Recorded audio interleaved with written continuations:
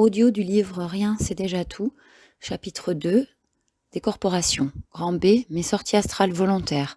Grand 3, sorties pour dépasser mes limites. Nous sommes en 2013 chez Léon, peu de temps après nos retrouvailles. Il part faire un tour de vélo. J'ai environ une demi-heure tranquille, seule.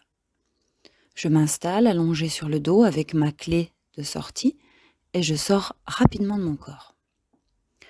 Je tente de regarder mon téléphone portable depuis cet état. Impossible de s'en servir. L'écran présente une pixelisation multicolore anarchique, un peu comme l'écran d'une télé brouillée. Le toucher ne change rien. Dommage. Je me serais bien envoyé un SMS depuis l'astral.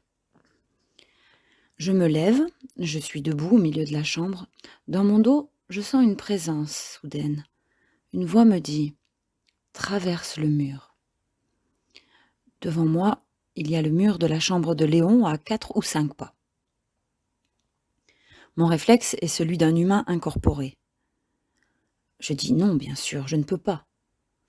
Alors la voix réitère son ordre, en me poussant un peu plus près du mur.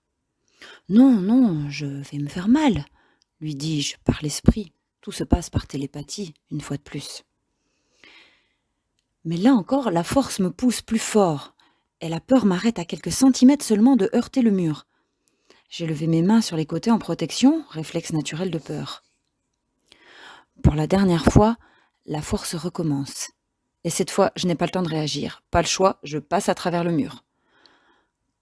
Comme si j'entrais dans un millefeuille, j'en vois les épaisseurs. Il me semble beaucoup plus fin qu'en réalité, sûrement parce que je vais très vite. Comme c'est un mur en soubassement, donc enterré, je me retrouve dans la terre et je remonte à la surface, dans le jardin. Tout cela en une fraction de seconde.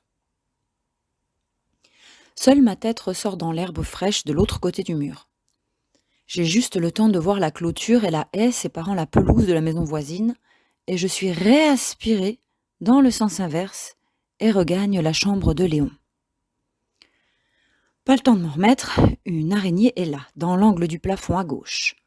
Et la voix reprend dans mon oreille « Il n'y a pas que le charme, il y a la poussière aussi », me dit-elle. Puis l'araignée avance jusqu'à une autre petite araignée plus jeune.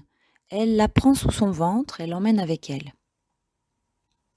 Je fais quelques pas pour rejoindre le coin salon à côté de la chambre de Léon. Et là m'apparaît une femme d'âge moyen. Elle représente à la fois la fille de Léon, qui a 9 ans, et sa mère, qui en a 70. Cette unique femme d'environ 35-40 ans est ces deux femmes à la fois.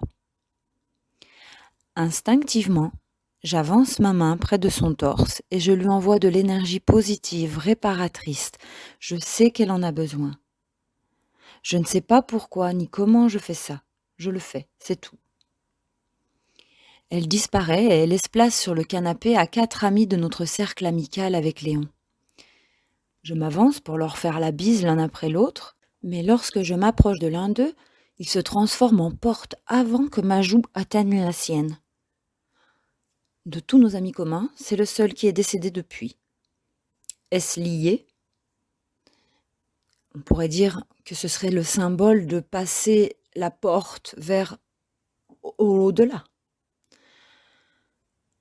J'ai rejoint mon corps en bougeant mon corps physique, comme un réveil quotidien tout simplement.